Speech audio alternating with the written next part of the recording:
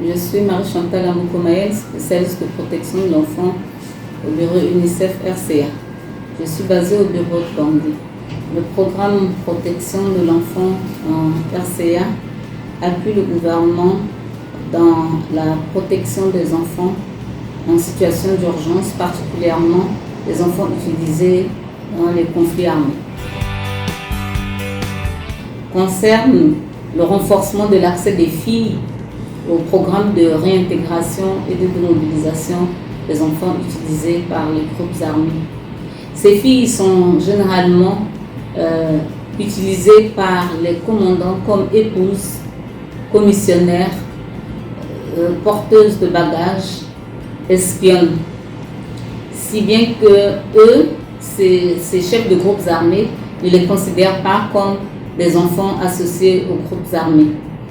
Ils ne les mettent pas dans leur liste de programmes de réintégration.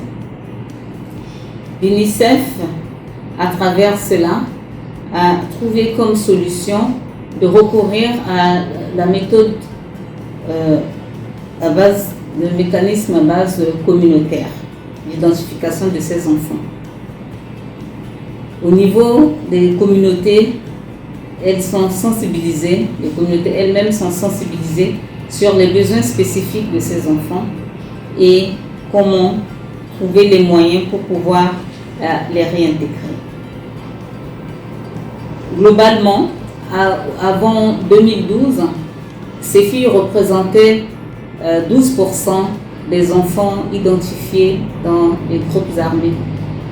Mais après l'approche communautaire mise en place par l'UNICEF, elles sont passées à 26,5% des 17 000 enfants associés aux forces de groupes armés. Les délais plus courts de financement que les projets reçoivent.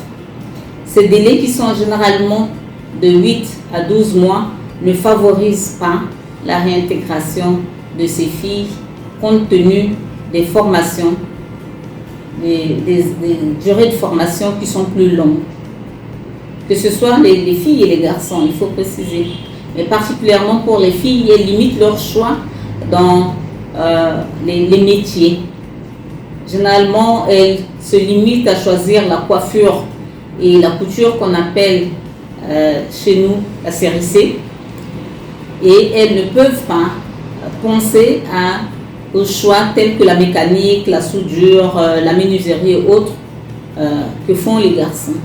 Le délai court dans le cadre de la réinsertion de ces filles qui sont généralement victimes de violences sexuelles et stigmatisées par la société du fait qu'elles ont été abusées sexuellement par les chefs des groupes armés, font que les délais concernant leur soutien psychosocial est raccourci.